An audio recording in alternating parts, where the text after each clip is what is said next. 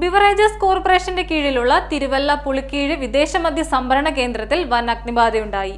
ചൊവ്വാഴ്ച രാത്രി 8 മണിയോടെയായിരുന്നു സംഭവം.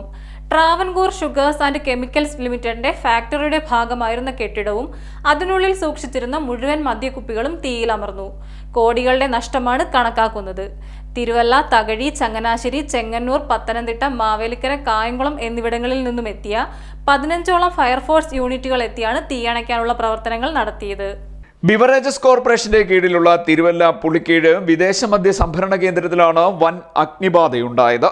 ചൊവ്വാഴ്ച രാത്രി 8 മണിയോടെയായിരുന്നു സംഭവം. പുളിക്കീഴിലെ ട്രാവൻകൂർ ഷുഗേഴ്സ് ആൻഡ് കെമിക്കൽസ് ലിമിറ്റഡിന്റെ ഭാഗമായിരുന്ന കൂറ്റൻ കെട്ടിടങ്ങൾക്കുള്ളിലാണ് 3 ജില്ലകളിലെ ബിവറേജസ് ഔട്ട്ലെറ്റുകളിലേക്കും ബാറുകളിലേക്കും വിതരണം ചെയ്യാനുള്ള വിദേശമദ്യം സൂക്ഷിച്ചിരുന്നത്. ഈ കെട്ടിടവും അതിനുള്ളിൽ സൂക്ഷിച്ചിരുന്ന മുഴുവൻ മദ്യക്കുപ്പികളും അഗ്നിയിലമർന്നു. രാത്രി 8 മണിയോടെ ഗോഡൌണിന്റെ ഒരു ഭാഗത്തു നിന്നും ആരംഭിച്ച തീപിടുത്തം 10 മണി കഴിഞ്ഞിട്ടും നിയന്ത്രണ വിധേയമാക്കാൻ സാധിച്ചിരുന്നില്ല.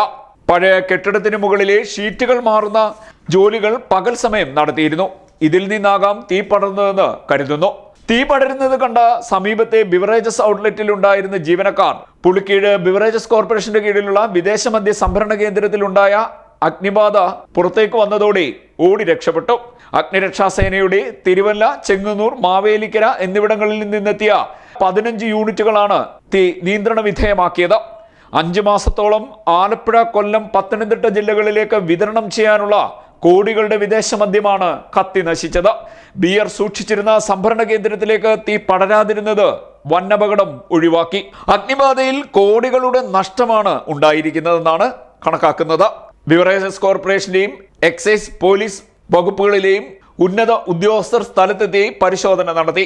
CDNet news, Mannar.